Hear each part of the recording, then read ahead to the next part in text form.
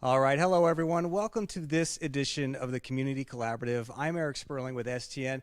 Thank you so much if you are streaming this on demand right now. But as you might have noticed, we are now streaming live every other Monday so you can engage live and be part of this important ongoing series aimed at highlighting diversity and inclusion initiatives happening right here in Arizona. So however you're watching this series, find the share button. It's probably at the bottom of your screen somewhere, whether you're watching it live on YouTube or on demand, so we can get other Arizona leaders involved in the solutions and how we can all take action. Okay, speaking of Arizona leaders moving the needle, let's go around the properly social distanced studio. Joining us as always, a co-host and a producer of this series, Robin Reed, the CEO of the Black Chamber of Arizona. Also joining us in studio today, a co-host and a producer, Monica Villalobos, the CEO of the Arizona Hispanic Chamber of Commerce. Hello, Monica. And we do have a couple of guests joining us via Zoom today. Filling in for Jackie Hunter is Idara Ekpo. She is a diversity analyst at Banner Health.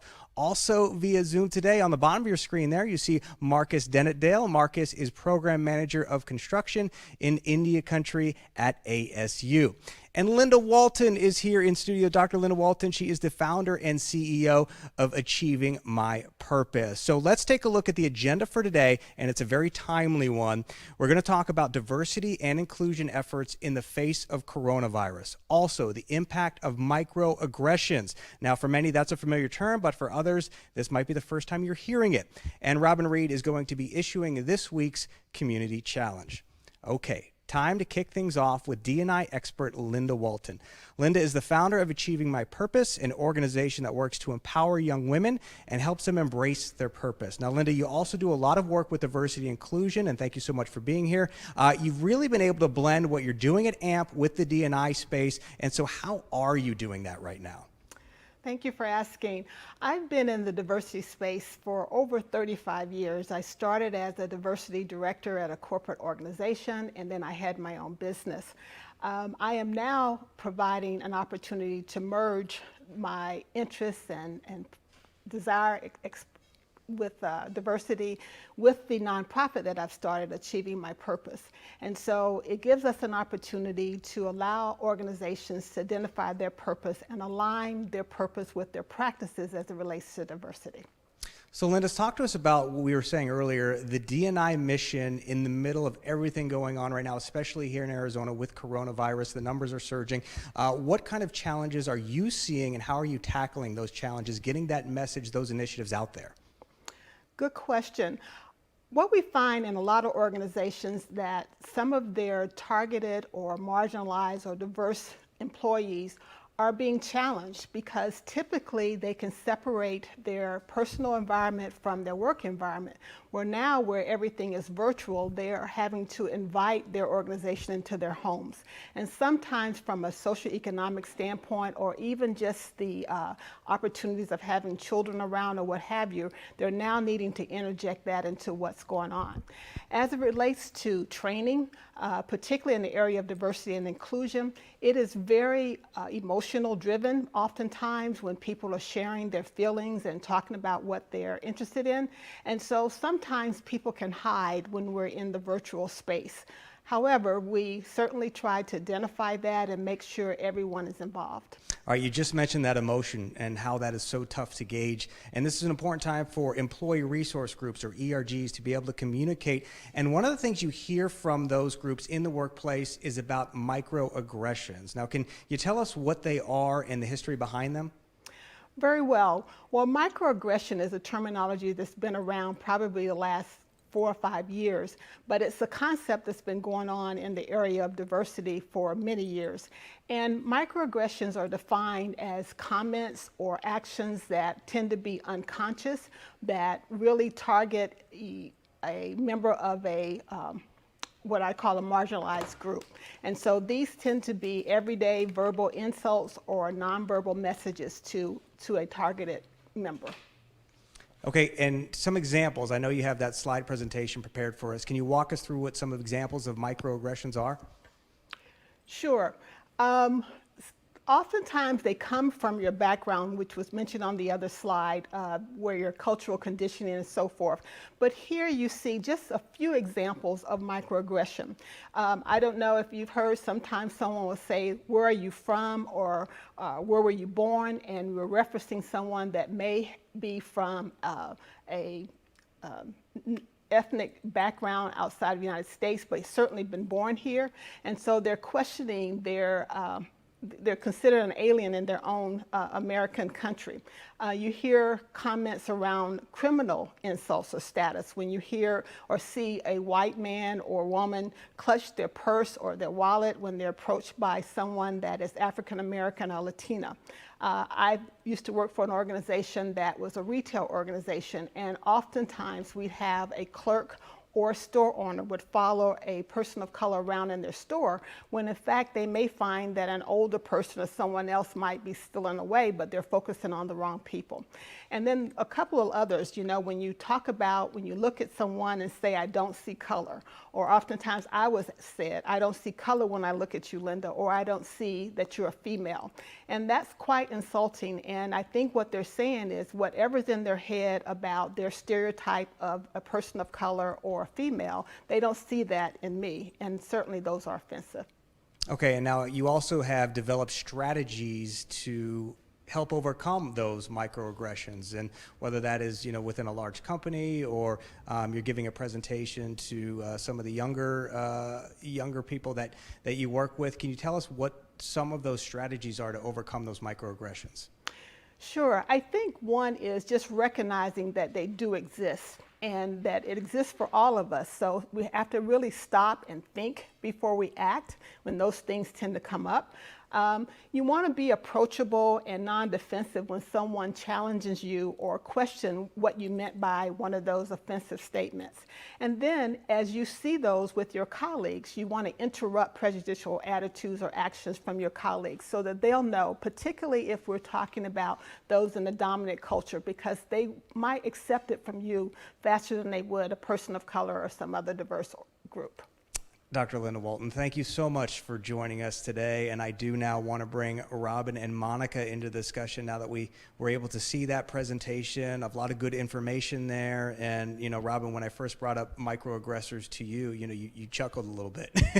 And I wasn't really familiar with that term, but you are. Can you walk us through, you know, your perspective now that you've seen Linda's presentation? Well, there was actually a couple of things in Linda's presentation that resonated with me. The first being the idea of aligning your purpose with your practice. There's so many companies out there that have the right intention. They actually want to do better in the area of diversity and inclusion, but they can't follow that purpose up with practices within their organization. The other thing that really stood out, and Erica, I think you'll recall this, but she talked about how the topic of diversity and inclusion and its impact can elicit an emotional response. And I think you'll recall where you and I and Kathy were actually on a Zoom call a week or so ago, and I was sharing with you just an experience from my childhood, and I was emotional about it. And you really started to understand this is so much deeper than the current news issue or just the topic, that this really runs much deeper within the communities of marginalized individuals. So I thought that was great information that Linda shared, and actually intend to do quite a bit more research into the AMP program. And Monica, how about you? I know there were some things in there that I saw you nodding and shaking your head a little bit and really hit home. Absolutely, absolutely. And Dr. Walton has been a wonderful source of information for us at the Arizona Hispanic Chamber of Commerce. You know, I think one of the things that really kind of struck me was the responsibility that comes when you're confronted with microaggressions, right? If you don't stop it, then you're actively reinforcing it.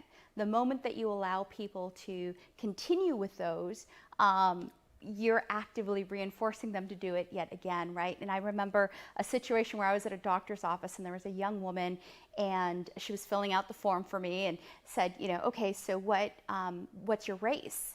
And I said, I'm white. And she said, oh, I thought you were Hispanic. And I said, well, I am, but you asked me what my race is. And she was insistent, and she was almost angry at me as if I were somehow denying, myself and my ethnicity and my race. And I took it on as an opportunity to sort of educate, right? And understanding that a lot of people don't understand that. The way things are set up in society, Hispanic has now become sort of its own race, at least perceived race, right? But what people don't know is that you can be Hispanic Black, you can be Hispanic Asian, you can be Hispanic White, you can be Hispanic Native American. And so I think if we look at these microaggressions like an opportunity to educate and to change the course of thought, kind of course correction, if you will, then that's, when we're confronted with that, it's our responsibility to do that. And Monica, I think one of the things that, has always struck me is, we talked a little bit about before how much has changed over the years and how much hasn't. Mm-hmm. How much work do you think we still need, and how much effort to what Linda was just talking about do we need to put into overcoming things like microaggressors, or are we in a good spot now where those are been pushed away, those stereotypes, but it's still happening to you, as you just said? Yeah, and it happens not just outside of our race or ethnicity, but inside it as well. And we have to be just as vigilant to make sure that we're interrupting that process. I think it's a matter of the more things change, the more things stay the same sometimes. And it's really important for us to understand our role in that. I'm going to age myself a little bit, but I remember being in the Girl Scouts and going to a big Girl Scout convention in Los Angeles, and the CEO of Virginia Slim Cigarettes was there, and she said, "We've come a long way, baby, but we've got a long way to go." And that's sort of where we are in this space. We still have a long way to go, and we need to make sure that we're focusing on the things that are most important, that will make the biggest impact. And I think interrupting these microaggressions, changing our vernacular is absolutely critical to changing mindsets.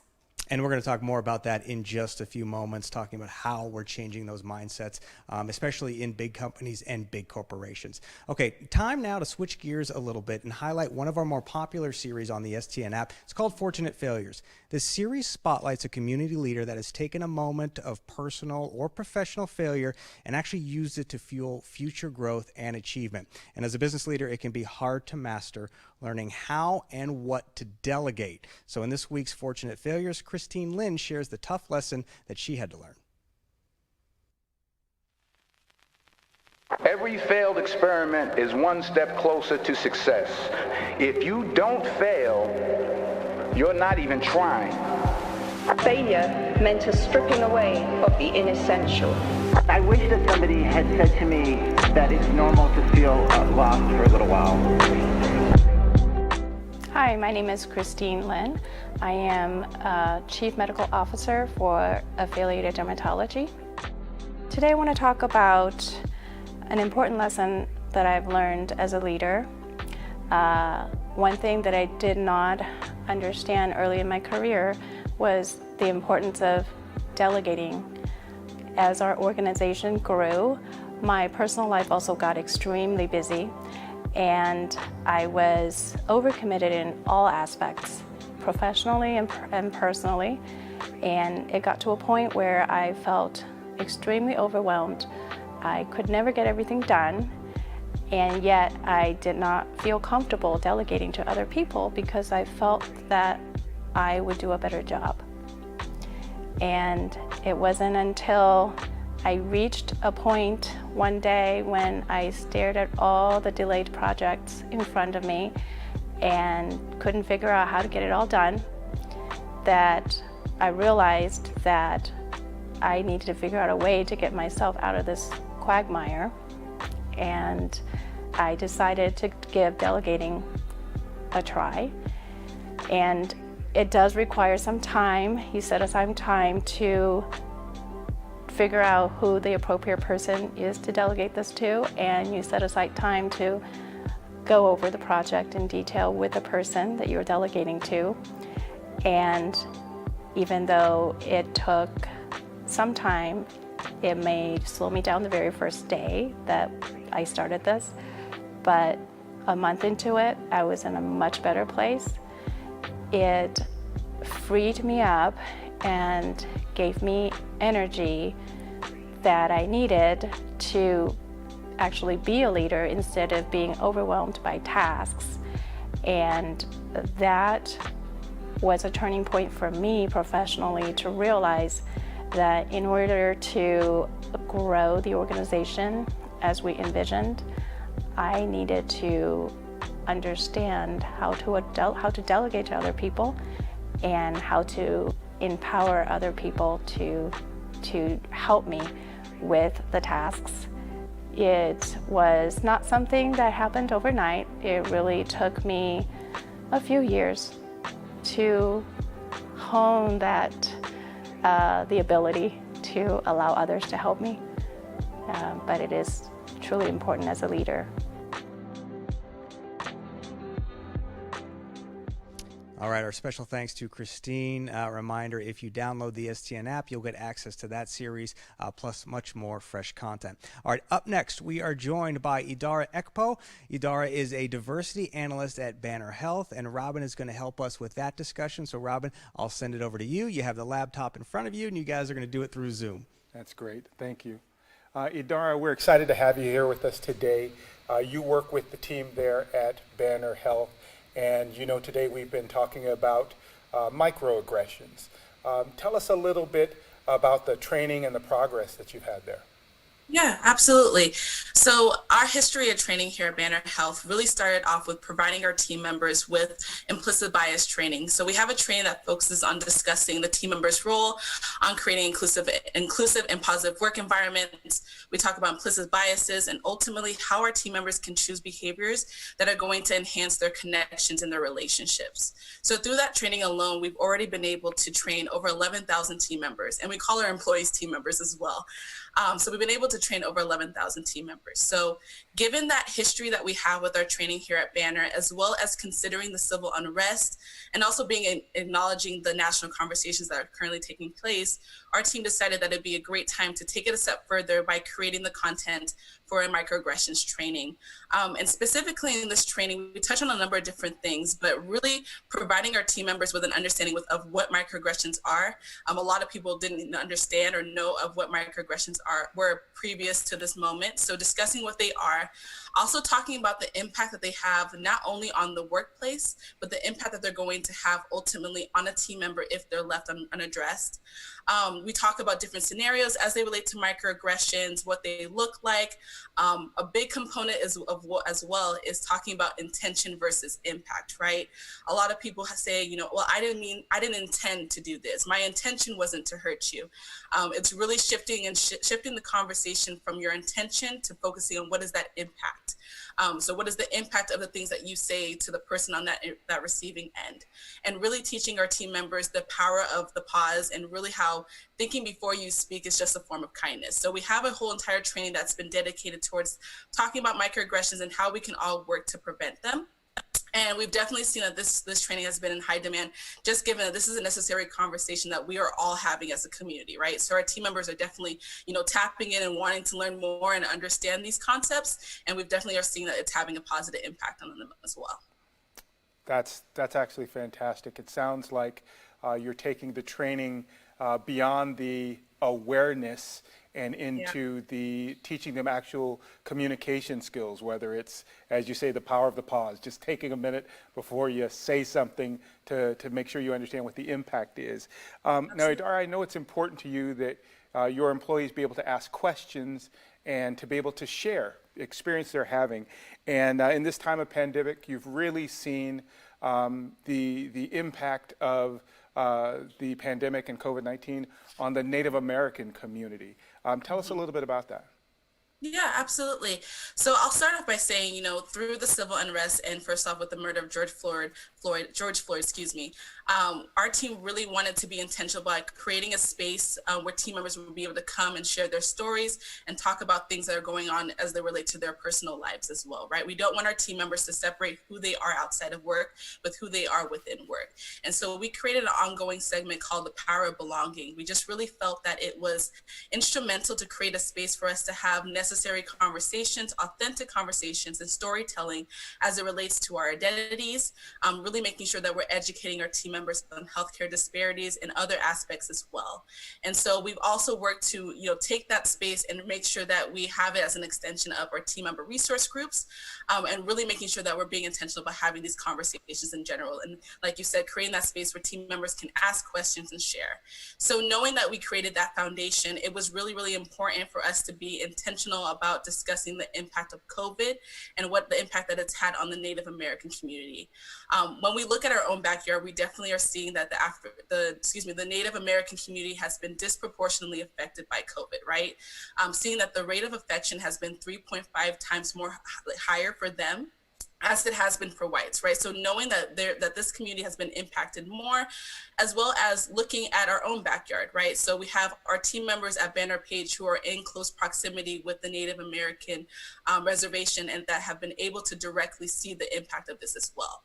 And not only are we seeing that the communities that we serve are being impacted, but we also have team members who are members of the Native American community that are also being impacted as well, right? Because when you see your community hurting, that's ultimately going to hurt you, right? Because that's an extension of who you are.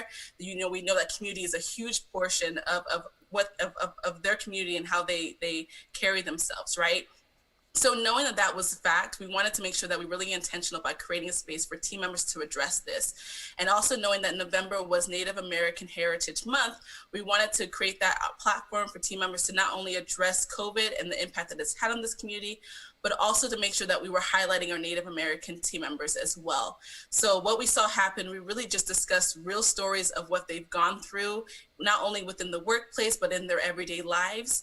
And ultimately also creating a space where other team members who might not share that same identity, might not know that struggle, can come and they can learn and hear more, right? So being able to create a space where other team members can come and hear about the experiences of others, being able to hear about this specific COVID struggle that the Native American community has faced, but also learning about their culture, right? And learning about how the community aspect of who they are and being able to show their support in that sense. So overall, when we look at our team member resource groups, the essential portion of them is really making sure that we're creating that space for them to share their stories, ensuring that there's alignment with our overall banner strategy, but then also making sure that we are being intentional by maintaining strong community partnerships with local community organizations. And then we've also been making sure that we utilize our Banner Health Network as they work to tackle disparities in our community health needs assessment as well. So looking at that work that we're doing externally, but then also creating again that space, that safe space where team members can come, share their stories, connect, and ultimately learn about how they can show up better as allies as well. That's fantastic. There's a couple of things you said that really stood out. One, that you encourage your employees to bring their whole self to work. I think many more companies are understanding that people are more than just their 8 hours at work. They are all of their personal experience outside of work. They're all of their parenting experiences if they have kids, and they bring all of that wherever they go, including the workspace. So I really applaud Banner for understanding that. And really, you can't help but see that you are so committed through your resource groups in having this great foundation of communication, that it's constant talking, it's understanding and sharing experiences instead of trying to dictate experiences, and that's really encouraging. So thank you so much for your time. We really appreciate that. Eric, I'm going to hand it back to you. All right, thank you, Robin, and thank you, Idara. Such great information there. We're going to keep the conversation going now, and we're going to bring Monica back into the discussion. Monica, you have Marcus Dennett on Zoom, and Marcus has actually participated several times with us in our Leading in the Moment series with Chris Caraggio talking about the need for healthy and clean water in the Navajo Nation. Marcus is Program Manager of Construction in Indian Country at ASU, and I know you're getting him on Zoom right now, so let's see if we have him, and I will turn it over to you, Monica. Thank you so much, Eric. Really appreciate it. And Marcus over at ASU is a good friend at the Arizona Hispanic Chamber of Commerce since we received our largest annual grant last year for our Nebedsi Center, which specifically serves the American Indian community in Arizona, Nevada, and Utah. And one of the things that we've found from speaking to our allies there and serving those communities is that, you know, specifically, for example, the Navajo Nation has really suffered tremendously during this time of COVID. We know that 10% of those tested on the Navajo Nation have tested positive for COVID. So it's a really difficult time. And, you know, Marcus, I want to welcome you to joining our conversation. Thank you so much for being with us. One of our questions for you really is, as a business community, and that's what the Community Collaborative is all about. We are a business community of organizations. What can we do to help the Native American community? Well, thank you, Monica, and all for the invitation today. And my heart goes out to those on the Navajo Nation, others in tribal nations who have taken such a loss for the COVID-19, and all the victims and their families are on our thoughts and prayers. So concerning the business industry today, what we've learned at Construction Indian Country is that mentorships and internships are key to helping the young professionals, upcoming professionals, really blossom and grow in their respective careers. And so I know that there's a team at ASU right now, student support folks from all disciplines, really harnessing our resources and our networks and our contacts, and trying to ramp up the mentorship and internship areas right now for our Native American students. Yeah, that's absolutely critical, and we see that across the board in business, that recruitment is absolutely critical. What are some of the challenges that you're seeing specifically attracting Native American students? The challenges attracting Native American students, or maybe I can reframe that question to barriers that are facing Native American students that they have to overcome. Yeah, so there is a cultural barrier, moving from a rural area into the urban settings where a lot of these educational and job opportunities exist, is a real challenge. How do you you're raised in rural areas, you're raised around family, you're raised around just being in a large group of people that you've known, that molded you and you grew up with, and then you have to transition into an urban setting where it's a million people full of strangers, so to speak. And so how do you overcome that barrier? And I think that with mentorships is one of the key ways, is if we start to develop folks here that are that we trust, that you can learn to, I trust them, therefore you can trust them as well. I feel like you're going to be in good hands. And then there's also financial barriers, right? There's financial barriers of all the different things that incur when moving into the city. Parking, for example, transportation is going to be more expensive. Just those little things that we don't think about sometimes, that a person who is moving, from outside into the urban areas. So I would say those are two major areas, but I think that with a good program and a good network of folks to help raise folks up, I think that we can really make success out of the folks who are looking here for opportunities. Absolutely, and one of the things that really strikes me is the similarity across other cultures as well. We have the same issue in the Hispanic culture. I can't tell you how many discussions I've had to have with parents, or I've had deans of colleges call and say, hey, can you talk to so-and-so's parents and tell them it's okay to send their kids to school, right?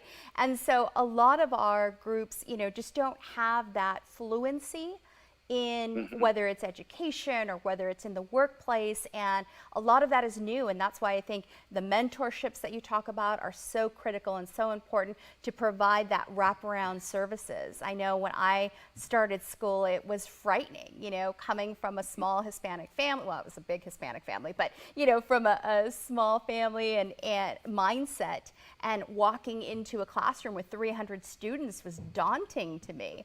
And so the more that we can help kind of support students, and anything that we can do, particularly as it relates to the most vulnerable in our communities is absolutely critical, and I really appreciate you shedding light on that. I know some of the tribes have already shut down. I know Navajo Nation again is shut down through the end of this week. Some of the other tribes as well, and it's more important now than ever for us all to sort of rally behind each other and find out what we can do to help each other. But thank you again so much, Marcus, for your time. I really appreciate it. I'm going to pass it back to Eric. Yeah, thank you so much, Monica and Marcus. And, you know, you said thank you, and I appreciate him joining us so many times on Leading in the Moment, now on the Community Collaborative, to share his voice and perspective. Thank you for all of our guests. Linda Walton in studio with us today. Time now for our community challenge. And this time we have Robin Reed going to issue our challenge for us today. So, Robin, as soon as we get that camera up and running, I'm going to have you go ahead and issue this week's community challenge. Okay. So this week's challenge is, or this episode's challenge, is a little more involved. During the most recent election cycle, we know there were basically two major cable network outlets that represented one side or the other. So whether you had one that was more liberal and represented one candidate more so, or one that was more conservative and represented the other. But what I found was they were very pro their candidate and very anti the opposing candidate. So here's this challenge. Look for a news outlet or source that you believe is actually objective, one that is fair and balanced in its reporting of information, one that shares facts that are intended only to educate and create greater awareness. They're not intended to support one narrative or another. And then the second part of that is share it. When you find that particular news resource, share it. Share it on your social media. Share it on our social media. Please share it on the Arizona Hispanic Chamber's social media. But that's the challenge. Let's find a news resource that we find to be fair and objective. All right, Robin, thank you. I think you set us up for a future episode as well. I mean, that's a half hour. That's an all-day conversation. Monica, I want to just bring you in one more time. Anything else that you want to add? You want to wrap? I know we've heard from Dr. Walton. We've heard from Idara. We heard from Marcus. Just some closing thoughts as we close out our discussion today. Sure, absolutely. Thank you so much, Eric. Again, you know, we just came off of the Thanksgiving holiday weekend.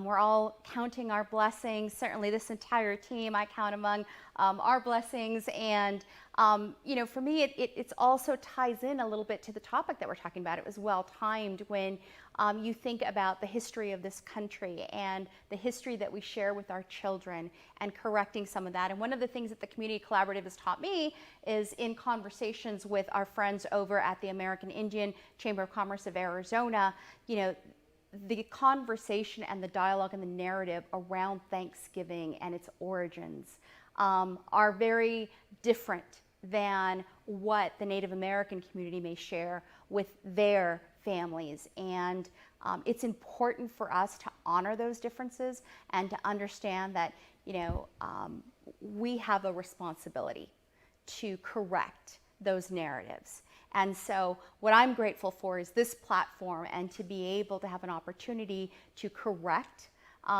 those narratives that need a course correction because we have more information now. We have more input now.